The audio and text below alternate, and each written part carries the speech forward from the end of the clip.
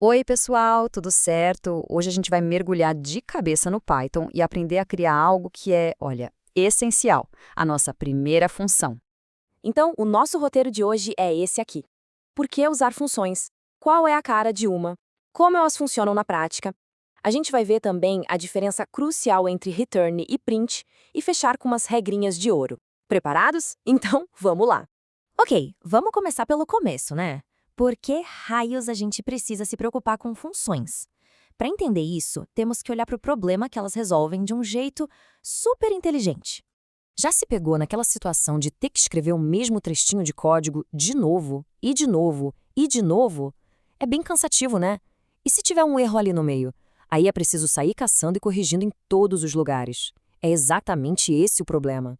Pois é, as funções são a solução para isso. Elas são tipo os super-heróis do código. Pensa numa função como se fosse uma caixinha de ferramentas. Um conjunto de instruções é guardado ali dentro uma única vez. E aí, toda vez que precisar daquelas ferramentas, é só chamar a caixinha. Simples, né? E super eficiente.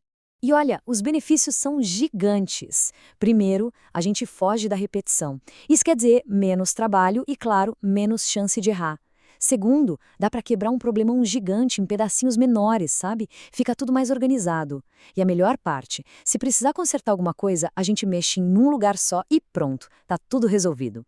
Beleza, agora que a gente já entendeu o porquê, tá na hora de ver o como. Vamos dar uma de mecânico aqui e desmontar uma função, peça por peça, para entender como ela funciona por dentro. Quem aí se lembra das aulas de matemática? Porque, olha, vai ajudar. Uma função em Python é muito, mas muito parecida com uma função matemática. Ela pega uma coisa na entrada, processa essa coisa e entrega um resultado na saída.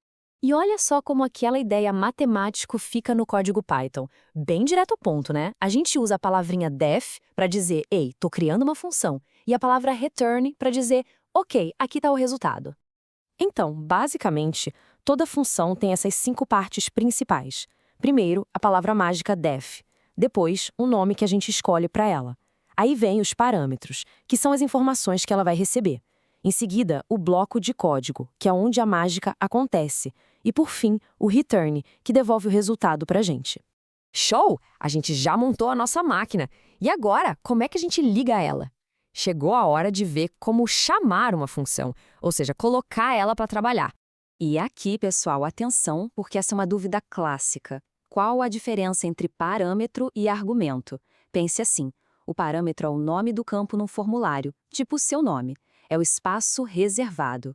Já o argumento é o que se escreve lá, tipo Maria. É o valor de verdade que a gente passa para a função. E é aqui que a mágica da reutilização acontece. A gente pode chamar a mesma função várias vezes, mas com argumentos diferentes. A lógica lá dentro é a mesma, mas como a entrada muda, a saída também muda. Olha só, com 4, o resultado é 17. Com 5, dá 26. É muito poderoso. E o mais legal é que uma função não precisa ter um parâmetro só, não. Ela pode ter vários. Essa função de juros, por exemplo, precisa do preço e da taxa. E aqui um detalhe importante, a ordem importa, tá? O primeiro valor que a gente passa, o 10, vai para o primeiro parâmetro, preço. O segundo, 50, vai para o segundo, taxa. Beleza, agora vamos encarar um assunto que sempre pega quem está começando. A famosa briga return versus print. Qual a diferença? Vamos resolver isso agora. Olha só a diferença. Quando uma função usa return, ela te devolve um valor. Esse valor pode ser guardado, pode ser usado em outra conta, ele continua vivo no programa. Agora, quando a função usa print, ela só mostra o valor na tela e pronto, fim de papo. Não dá para fazer mais nada com aquele número. É uma boa forma de pensar, né? O return faz a função participar da conversa do código. Ela entrega um resultado que pode ser usado por outras partes. Já o print é só um grito no vazio. A gente vê o resultado, mas ele se perde ali. Não dá para continuar o trabalho com ele. Ok, para a gente fechar com chave de ouro, vamos dar uma olhada em algumas regrinhas e boas práticas. Isso vai garantir que as funções fiquem organizadas e fáceis de entender. Regra número 1, e essa é fundamental, defina a função antes de usar. Pense que o Python lê o código de cima para baixo. Ele precisa conhecer a função antes de alguém pedir para ele executá-la. Senão ele vai dar erro, com toda razão. E para dar nome para as funções. Bem, as regras são as mesmas que a gente usa para variáveis. O nome tem que começar com uma letra ou com um underscore, nada de começar com um número. E só pode ter letras, números e underscore no meio.